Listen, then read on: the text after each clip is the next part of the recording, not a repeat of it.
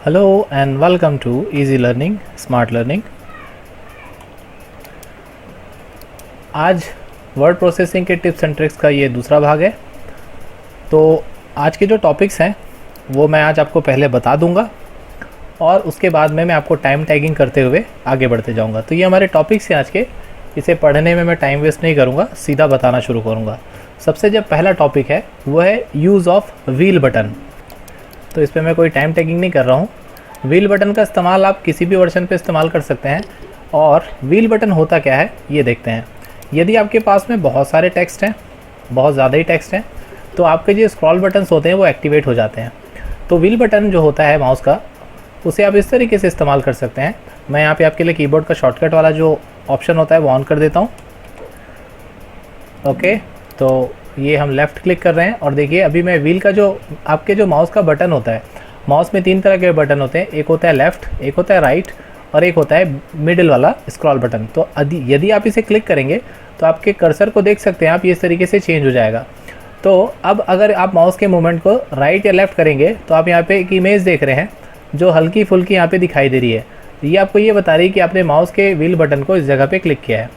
तो अब अगर मैं क्या करता हूँ, माउस के बटन को धीरे से ऊपर की तरफ लेके जाता हूँ, मूव करता हूँ, तो आप देखेंगे आपका जो पेज है वो ऊपर की तरफ स्क्रॉल कर रहा है। और ठीक इसी प्रकार अगर आप नीचे लेके जाएंगे तो ये नीचे की तरफ स्क्रॉल करेगा। अब देखिए मैं थोड़ा सा ज़्यादा जूम कर लेता हूँ अपने पेज को, और सिर्फ इतना करने के बाद में आप मिडिल बटन को क्लिक करिए। तो आप इसमें ये भी कर सकते हैं कि लेफ़्ट राइट मतलब चारों तरफ से नेविगेशन कर सकते हैं। तो कोई भी एक डॉक्यूमेंट हम यहाँ पे खोल लेते हैं और आपको इसका डेमो हम यहाँ पे दिखाते हैं कि ये जो चीज़ होती है, यदि आपका बहुत ज़्यादा जूमिंग है पेज में, तो आप जैसे ही मिडिल बटन को क्लिक करेंगे तो आप नीचे ऊपर दाएँ बाएँ किसी भी तरफ इसे लेकर जा सकते हैं। यहाँ तक कि केवल इसमें नहीं, आप बल्कि ब्राउज़र में भी इसका इस्तेमाल कर सकते हैं।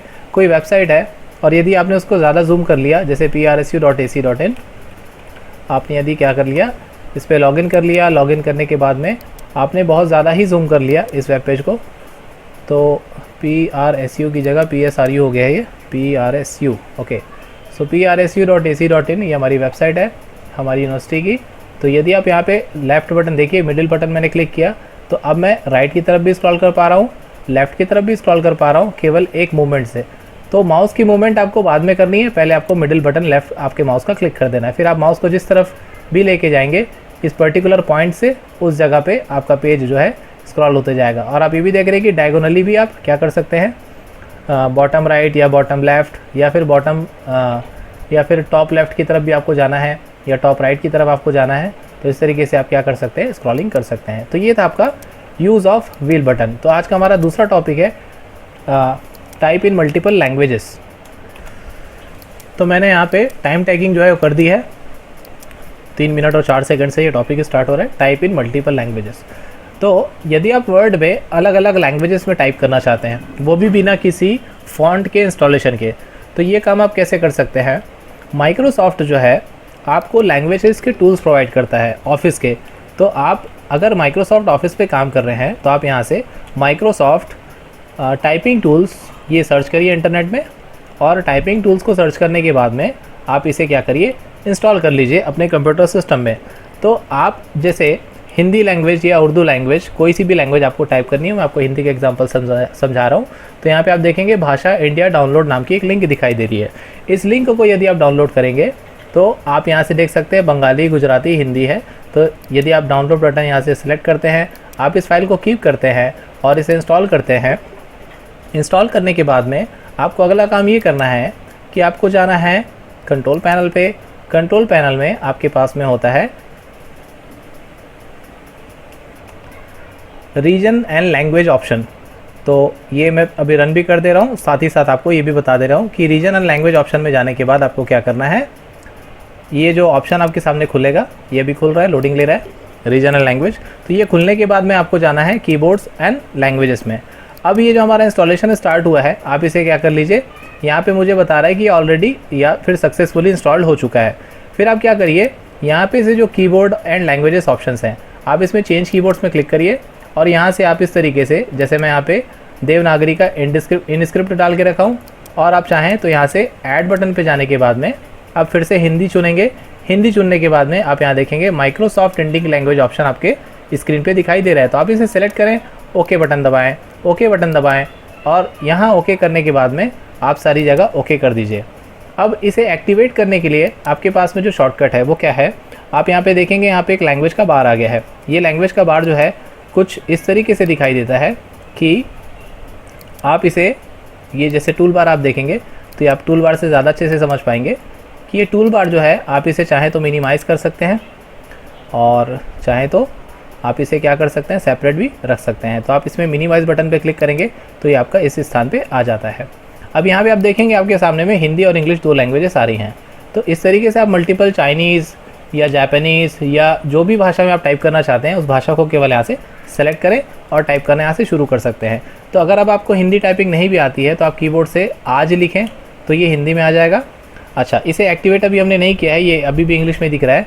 इसे एक्टिवेट करने का जो शॉर्टकट होता है वो होता है शिफ्ट बटन के साथ में अल्टर की या अल्टर बटन के साथ में शिफ्ट की आप जो भी दबाएं तो देखेंगे आप यहाँ पे जो भाषा है वो चेंज होते जा रही है। एक बार दबाने से ये इंग्लिश हो जाती है, दूसरी बार दबाने से ये हिंदी हो जाती है। इस तरीके से आप टॉगल कर सकते हैं।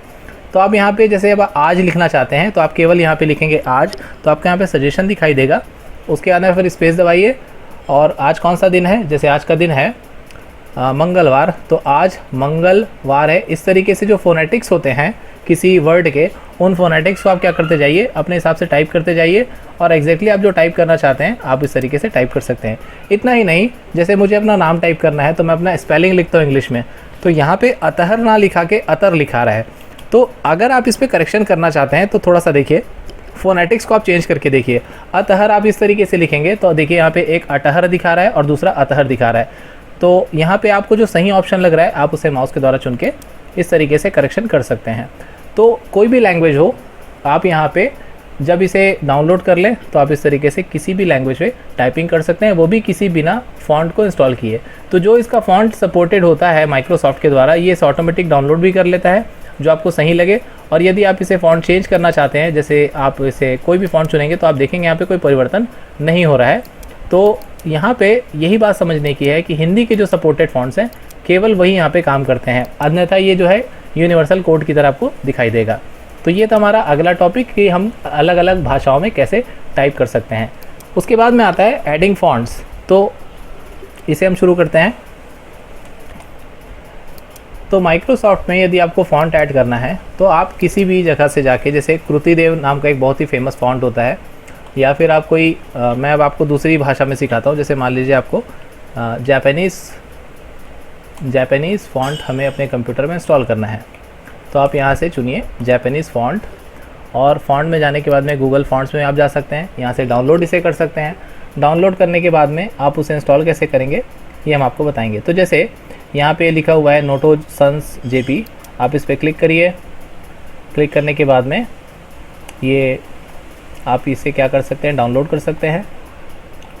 इसका पूरा चार्ट दिया हुआ है। तो ये इस स्थान पे लिखा हुआ है डाउनलोड फैमिली, इस पर आप क्लिक करिए। डाउनलोड फैमिली पे क्लिक करने के बाद में ये आपका जो फ़ॉन्ट है ये डाउनलोड हो जाएगा। जिस पे आप इसे क्लिक करेंगे तो ये ओपन हो जाएगा। ओपन करने के बाद में अगर आपके पास में ज़िप कंप्रेसर लगा हुआ है तो ये फ़ाइल ऑटोमेटिकली ओपन हो जाएगी। तो ये ओपनिंग व्हेन कंप्लीट लिखा हुआ है यहाँ पे, तो ये आपकी स्क्रीन पे इस तरीके से आ गया। तो यहाँ पे इतने सारे जो फ़ॉन्ट्स हैं जापानीज़ के ये इंस्टॉल हुए हैं, जिसके नाम लिखा है नोटो सन्स। अब मैं जैसे यहाँ पे इस पर डबल क्लिक करता हूँ, यहाँ पे एक ऑप्शन आता है इंस्टॉल नाम का, मैं इसमें इंस्टॉल में क्लिक करता हूँ तो देखेंगे आप विद इन अ सेकेंड ये इंस्टॉल हो जाएगा। अब इसका नाम हमें याद रखना है नोटो सन्स जेपी। अब देखिए जापानीज़ ना मुझे आती है और मुझे लगता है आपको भी नहीं आती होगी, पर फिर भी हम कोशिश करने में क्या जाता है, इसलिए मैंने जानबूझ के यहाँ पे जापानीज़ फ़ॉन्ट इंस्टॉल किया। तो यहाँ पे आप टाइप करिए नोटो। नोटो टाइप करने के आप देखेंगे कि यहाँ पे नोटो सन्स जेपी लिखा गया है। आप एंटर की दबा दीजिए। अब देखिए मैं जो टाइप करने वाला हूँ वो जापानीज़ में प्रिंट होने वाला है। तो ये जो आपको फ़ॉन्ट दिखाई दे रहा है नोटो सन्स जेपी, तो जापान वाले जो फ़ॉन्ट है वो इस तरीके से दिखाई दे, तो जो मतलब ये जापानीज़ स्टाइल का फ़ॉन्ट है, ना कि जापानीज़ लैंग्वेज का फ़ॉन्ट है। तो ये लैंग्वेज का फ़ॉन्ट नहीं था कि आप यहाँ पे टाइप करेंगे तो जापानीज़ में दिखने लगेगा। इस फ़ॉन्ट का नाम जो था वो क्या था, जापानीज़ था। और ये आपको प्रीव्यू में भी यहाँ पे दिखाया गया था कि ये जो फ़ॉन्ट है इस तरीके से दिखाई देगा। तो इंटरनेट से आप किसी भी तरीके का फ़ॉन्ट जो है वो डाउनलोड कर सकते हैं, उसे ऐड कर सकते हैं। और ये तरीका होता है कि आप वर्ड फाइल में जो फ़ॉन्ट है वो किस तरीके से ऐड करते हैं। फिर आपका अगला ऑप्शन आता है कि आप जब कॉपी करते हैं किसी इंटरनेट के सोर्स से, तो इंटरनेट से जब आप कॉपी करते हैं तो इसमें क्या क्या चीज़ें आपको ध्यान रखनी चाहिए वो मैं आपको यहाँ पे बताना चाहूँगा। तो मान लीजिए यही इसी को मैं क्या करता हूँ, कॉपी करता हूँ जो मेरे सामने में है। अब देखिए यहाँ पे मैं आपको जो बताना चाहता हूँ, हम पढ़ रहे हैं एक्चुअली में वर्ड के ट्रिक्स एंड टिप्स, तो मैं आपको इसी के हिसाब से बताऊँगा। जब आप पेस्ट ऑप्शन का नॉर्मली चुनाव करते हैं तो देखिए ये वर्ड 2019 है, लेटेस्ट एडिशन है। यहाँ पे आपको पेस्ट ऑप्शन के साथ में 3 ऑप्शन दिखाई दे रहे हैं। लेकिन अगर मैं इसी चीज़ को कहाँ करता हूँ, वर्ड 2007 में करता हूँ, तो यहाँ पे मुझे पेस्ट में कोई भी ऑप्शन विकल्प नहीं दिखाई दे रहा है। तो एक्चुअली में 2019 में पेस्ट स्पेशल नाम का जो ऑप्शन है उसका शॉर्टकट यहाँ पे बना के दे दिया गया है।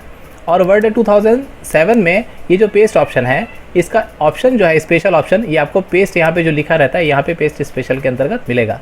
तो जो चीज़ हमें पेस्ट करनी है उसे हम 2 तरीके से कर सकते हैं। एक तो HTML फॉर्मेट में, क्योंकि हमारा वेब का इसमें कंटेंट्स है, और दूसरा हमारा अनफॉर्मेटेड टेक्स्ट में। तो नॉर्मली यदि आप सीधा पेस्ट चुनते हैं तो इंटरनेट पर जैसा लिखा था उसी तरीके से यहाँ पे उसी फॉन्ट में यहाँ पे ये पेस्ट हो जाएगा। लेकिन आप क्या करते हैं, इसे हम 2019 में पेस्ट करके देखते हैं कि यहाँ पे कैसा आ रहा है। तो देखिए दोनों जगह आपको साइज़ जो है अलग अलग दिखाई दे रहा है, और इसकी वजह भी है क्योंकि हमने यहाँ पे फ़ॉन्ट जो है अलग चुन के रखा हुआ है। अब यदि आप इसे क्या करना चाहते हैं, नॉर्मल टेक्स्ट के रूप में, बिल्कुल प्लेन टेक्स्ट के रूप में अगर पेस्ट करना चाहते हैं तो आप क्या करेंगे, यहाँ से राइट क्लिक करिए और इसे कीप टेक्स्ट ओनली ऑप्शन को सेलेक्ट करिए। तो आपका जो पेस्ट होने वाला है ये आपका जो डिफ़ॉल्ट फॉन्ट सेट है आपके वर्ड में, केवल उसी फॉन्ट में ये चीज़ आएगी।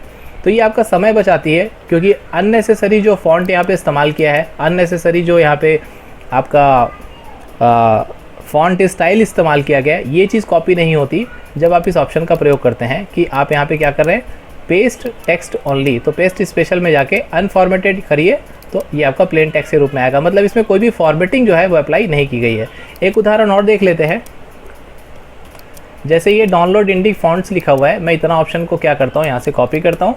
कॉपी करने के बाद में मैं इसे डायरेक्टली अगर क्या करता हूँ, कंट्रोल V दबा के पेस्ट करता हूँ, तो आप देखेंगे यहाँ पे मुझे दूसरा स्टेप ये करना पड़ सकता है कि मैं इसे पूरा सिलेक्शन करूँगा और इसकी फॉर्मेटिंग को हटाऊँगा और फिर अपने हिसाब से इसकी फॉर्मेटिंग करूँगा। तो इन फॉर्मेटिंग को यदि आप नहीं चाहते पहले से ही, तो आप क्या करिए, आप यहाँ पर राइट क्लिक करिए और राइट क्लिक करने के बाद में कीप टेक्स्ट ओनली का ऑप्शन का चुनाव करिए। तो आपका जो टेक्स्ट है वो क्या होगा, बिल्कुल प्लेन आएगा। तो ये जो जानकारी है इसे हम कहते हैं copy paste from internet source. और जाहिर सी बात है, इंटरनेट से यदि आप कोई इमेज लेके आना चाहते हैं तो आप यहाँ पे जैसे कोई कार है, जैसे मर्सिडीज़ कार है,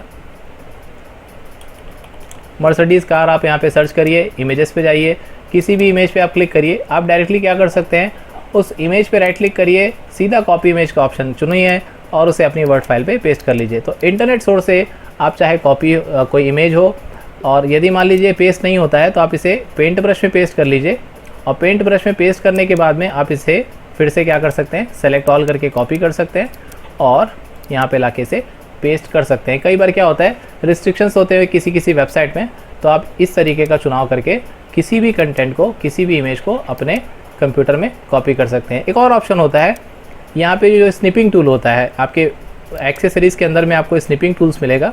तो आप यहाँ देख सकते हैं ये आपका एक्सेसरीज़ है, एक्सेसरीज़ के अंदर में आपको मिलेगा स्निपिंग टूल।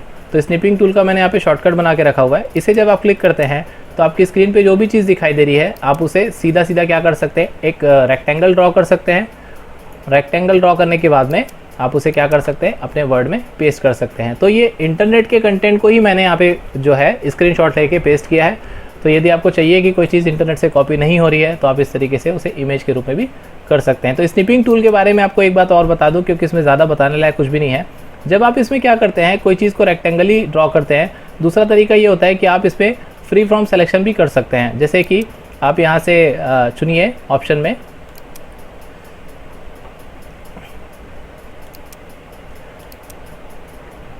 यहाँ से आप न्यू में क्लिक करेंगे। न्यू में क्लिक करने के बाद यहाँ पे लिखा है फ्री फॉर्म सिलेक्शन। तो फ्री फॉर्म का मतलब होता है कि आप इस तरीके से जो भी आकृति यहाँ पे बनाएंगे, केवल उतनी ही आकृति जो है वो आपके स्क्रीन पे कॉपी हो गई।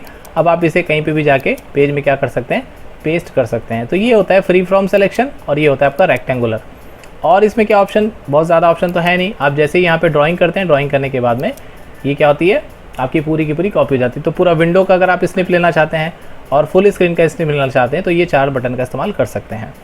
और इसमें एक बात आखिरी ये ऐड करना चाहूँगा कि अगर आप पूरे कंप्यूटर स्क्रीन का स्क्रीन प्रिंटिंग करना चाहते हैं तो आप प्रिंट स्क्रीन बटन होता है, देखिए यहाँ पे स्क्रीन पे आपको दिखाई नहीं दे रहा है, प्रिंट स्क्रीन आपके कीबोर्ड ऑप्शन पे होता है, किसी किसी लैपटॉप में ये फंक्शन के साथ में काम करता है। तो प्रिंट स्क्रीन बटन दबाने के बाद आपकी पूरी स्क्रीन की जो कॉपी है वो आपके सामने इस तरीके से बन जाती है। फिर हम बढ़ते हैं अगले टॉपिक की तरफ। कॉपी पेस्ट करना हमने सीख गया, अब हम देखते हैं एक्सपोर्टिंग इन डिफरेंट फॉर्मेट्स। तो एक्सपोर्टिंग इन डिफरेंट फॉर्मेट्स का मतलब क्या है ये देखते हैं। देखिए मैं यहाँ पे कोई फाइल ले आता हूँ, जैसे कि ये साइबर सिक्योरिटी का नोट्स है। अच्छा ये ओपन नहीं हो रही है तो हम कोई दूसरा देख लेते हैं। जैसे कि मैंने नोट्स बनाते रहता हूँ अपने कंप्यूटर पे, ये एसक्यूएल क्वेरीज के बारे में नोट्स हैं। तो ये जो नोट्स मैंने बना के रखा हुआ है यहाँ पे, यदि आप इसे एक्सपोर्ट करना चाहते हैं तो हम कैसे करेंगे। एक्सपोर्टिंग करने का मतलब क्या होता है, यदि आप अपनी फ़ाइल को PDF में एक्सपोर्ट करना चाहते हैं, ये इसका एक्सपोर्टिंग का मतलब है। तो फाइल पे यदि आप प्रिंट ऑप्शन में जाएंगे तो यहाँ से तो आप अपने जो भी प्रिंटर अटैच्ड है आपके कंप्यूटर से प्रिंट कर सकते हैं नॉर्मली, लेकिन आप प्रिंट के नीचे एक ऑप्शन देखेंगे यहाँ पे एक्सपोर्ट लिखा हुआ है। एक्सपोर्ट के द्वारा आप क्या कर सकते हैं, यहाँ से फाइल को एक्सपोर्ट किया जा सकता है। तो यहाँ पे आपको डिफ़ॉल्ट ऑप्शन जो दिख रहा है PDF या XPS दिख रहा है, और आप फाइल टाइप चेंज करना चाहते हैं तो आप यहाँ पे अपनी जो खुद की फ़ाइल बनाई हुई है उसे भी चेंज कर सकते हैं। मतलब दूसरे किसी फाइल, आपकी वर्ड फाइल जो है उसे आप किसी दूसरे फॉर्मेट में, जैसे कि प्लेन टेक्स्ट में आपको सेव करना हो या RTF में सेव करना हो तो यहाँ से आप कर सकते हैं, या वेब पेज भी आप चाहें तो बना सकते हैं। लेकिन अभी ये मैं आपको बता रहा हूँ कि जैसे आपको PDF क्रिएट करना है, ये सबसे ज़्यादा आज की रिक्वायरमेंट है कि आप अपने डॉक्यूमेंट का PDF कैसे बनाते हैं। तो PDF बनाने के लिए आप PDF को सेलेक्ट करें और क्रिएट PDF में क्लिक करें। फिर आपको जहाँ पे भी इस फाइल को सेव करनी है उस लोकेशन को चुनें। लोकेशन चुनने के बाद आप अपनी PDF फाइल का नाम चुनें। जैसे कि मुझे इसका मान लीजिए केवल 2 ही पेज एक्सपोर्ट करना है शुरू का, तो मैं यहाँ पे फाइल का नाम यही रहने देता हूँ एसक्यूएल क्वेरीज। और ऑप्शंस में जाने के बाद में आप देखेंगे कि कौन कौन से पेजेस आपको प्रिंट करने हैं। तो जैसे मुझे पहला और दूसरा पेज केवल एक्सपोर्ट करना है तो मैं यहाँ पे चुनूंगा 1, यहाँ पे चुनूंगा 2, बाकी सारी चीज़ें एज इट इज़ रहने दूंगा। ओके दबाने के बाद में पब्लिश करूँगा। तो आप पहले डॉक्यूमेंट को देख लीजिए कि इसमें नंबर ऑफ़ पेजेस जो हैं वो जो हमारा वर्ड डॉक्यूमेंट है इसमें हमारे पास में नंबर ऑफ़ पेजेस जो हैं वो यहाँ पे दिखाई नहीं दे रहे, लेकिन हाँ देखिए यहाँ पे 15 हमारे पास में पेजेस हैं। लेकिन जो मैंने एक्सपोर्ट किया है इसमें केवल 2 ही पेजेस को एक्सपोर्ट किया, पहला और दूसरा। तो इस तरीके से आप अपने डॉक्यूमेंट को PDF में एक्सपोर्ट कर सकते हैं। तो ये था हमारा एक्सपोर्टिंग वाला ऑप्शन। तो आप चाहें तो PDF में एक्सपोर्ट करें या आप चाहें तो XPS में। XPS जो है वो केवल आपके माइक्रोसॉफ्ट के ऑपरेटिंग सिस्टम में ही चलता है या विंडोज़ मोबाइल पे चल जाता है। और यहाँ पे आप क्या कर सकते हैं, अलग अलग फॉर्मेट में भी अपनी फ़ाइल को एक्सपोर्ट कर सकते हैं। जैसे कि मैं आपको एक वेब पेज बना के दिखाता हूँ कि सिंगल वेब पेज आप यहाँ पे चुनते हैं, सेव में क्लिक करते हैं। सेव में क्लिक करने के बाद यहाँ से डेस्कटॉप लोकेशन का चुनाव करते हैं, एसक्यूएल क्वेरीज नाम रहने देते हैं और सेव कर देते हैं पूरे के पूरे 15 पेजेस को। तो आप देखेंगे कि अब आपका जो फाइल है वो क्या बन गया, एक तरीके का काफ़ी सारी विंडोज़ ओपन हो जाती हैं। It's okay. तो ये हमारा क्या बन गया, वेब पेज बन गया। और इसे मैं डबल क्लिक करूँगा तो देखिए किसके साथ खुल रहा है, विंडोज़ एक्सप्लोरर के साथ में खुल रहा है। और मेरी पूरे की पूरी जो डॉक्यूमेंट है ये एक वेब पेज की तरह दिखाई देने लग गई। तो इसका मतलब ये है कि आप डॉक्यूमेंट के द्वारा भी एक वेब पेज की डिज़ाइनिंग कर सकते हैं। ये इसका मतलब होता है कि MS वर्ड केवल वर्ड डॉक्यूमेंट नहीं बल्कि वेब डॉक्यूमेंट्स भी बनाने के लिए प्रयोग में लाया जाता है। अगले टॉपिक की ओर बढ़ते हैं। हमारा अगला टॉपिक है टेबल को सॉर्ट करना। यदि आपके पास में कोई टेबल है उसे हम सॉर्ट कैसे कर सकते हैं। तो आपका समय बचाने के लिए मैंने यहाँ पे एक टेबल आपके सामने लेके आया हूँ और इस टेबल में कुछ एग्जांपल्स हैं। तो यहाँ पे कस्टमर का नाम है घनश्याम, तनवीर, शबाना, विवेक, ऋतिक एंड दीपिका। तो मैं क्या करता हूँ, इस पूरे के पूरे चीज़ को मुझे क्या करना है, सॉर्टिंग करनी है। क्योंकि हमारा जो टॉपिक है वो क्या है, सॉर्टिंग टेबल। तो टेबल को सॉर्ट कैसे किया जाता है हम सीख रहे हैं। तो देखिए वर्ड में टेबल को सॉर्ट करने का मतलब है, यदि आप इसे क्या करना चाहते हैं, अल्फ़ाबेटिकली वर्ड में जमाना चाहते हैं। तो कई लोग क्या करते हैं, इसे एक्सेल में लेके जाते हैं, वहाँ पे सॉर्ट करना आसान समझते हैं। लेकिन आपको पता होना चाहिए कि वर्ड में भी आप सॉर्टिंग कर सकते हैं, यहाँ तक कि आप कैलकुलेशंस भी कर सकते हैं। तो फिलहाल मैं आपको सॉर्टिंग बता रहा हूँ। सॉर्टिंग करने के लिए आप यहाँ पे ऑप्शन देख सकते हैं, यहाँ पे सॉर्ट ऑप्शन दिया हुआ है वर्ड 2019 में। और ये ऑप्शन जो है आप देख सकते हैं कि वर्ड 2007 में। मैं इस टेबल को कॉपी कर लेता हूँ, पहले कॉपी करने के बाद इसे हम पेस्ट कर लेते हैं। यहाँ पे आपको ऑप्शन इस जगह पे दिख रहा है, सेम उसी जगह पे, बस थोड़ा सा आइकन जो है इसका चेंज है। तो ये दोनों जगह उपलब्ध है, आप दोनों में से कोई भी ऑप्शन इस्तेमाल कर सकते हैं। तो आप क्या करिए, सबसे पहले कॉलम का चुनाव करिए। चुनाव करने के बाद में इस सॉर्ट बटन पे क्लिक करिए। तो यहाँ पे देखिए ऑटोमेटिकली आपका कॉलम का नाम आ गया और आप किसके हिसाब से इसे सॉर्ट करना चाहते हैं। तो यहाँ पे आपका टाइप जो है टेक्स्ट है। अगर आपका नंबर होता तो यहाँ पे नंबर आप चुन सकते थे। वैसे वर्ड जो है इतना स्मार्ट होता है कि ऑटोमेटिकली आपका किस प्रकार का यहाँ पे डाटा है उसे चुन लेता है। तो आप यहाँ पे टेक्स्ट रहने दीजिए। और पैराग्राफ के हिसाब से आप क्या करना चाहते हैं, असेंडिंग ऑर्डर में या डिसेंडिंग ऑर्डर में मतलब क्रमानुपाती या विद क्रमानुपाती, आप किस तरीके से इसे चुनना चाहते हैं, आई मीन क्रमानुसार, और इसे सीधा या उल्टा जिस तरीके से जमाना चाहते हैं उस तरीके से आप जमा सकते हैं। फिर आप ओके बटन प्रेस करेंगे तो आपका जो देखेंगे यहाँ डाटा जो है उसके हिसाब से चेंज हो गया। मतलब अगर दीपिका का जो नंबर था 2007 था, तो अभी भी दीपिका का जो नंबर है 2007 ही है। तो ये अकॉर्डिंगली पूरे टेबल को क्या कर देता है, सॉर्ट आउट कर देता है। तो आपको बहुत ज़्यादा चिंता करने की ज़रूरत नहीं है, आप यहाँ पे टेबल की सॉर्टिंग भी कर सकते हैं। तो सॉर्टिंग टेबल के बाद में अगला ऑप्शन आता है रीडेबिलिटी स्टैटिस्टिक्स। ये जो रीडेबिलिटी स्टैटिस्टिक्स है, इसका मतलब आपको समझा दूँ मैं। आप यहाँ पे देख सकते हैं कि वर्ड में कितने पेजेस हैं, कितने वर्ड हैं, आपको यहाँ पे दिखाई दे रहा है।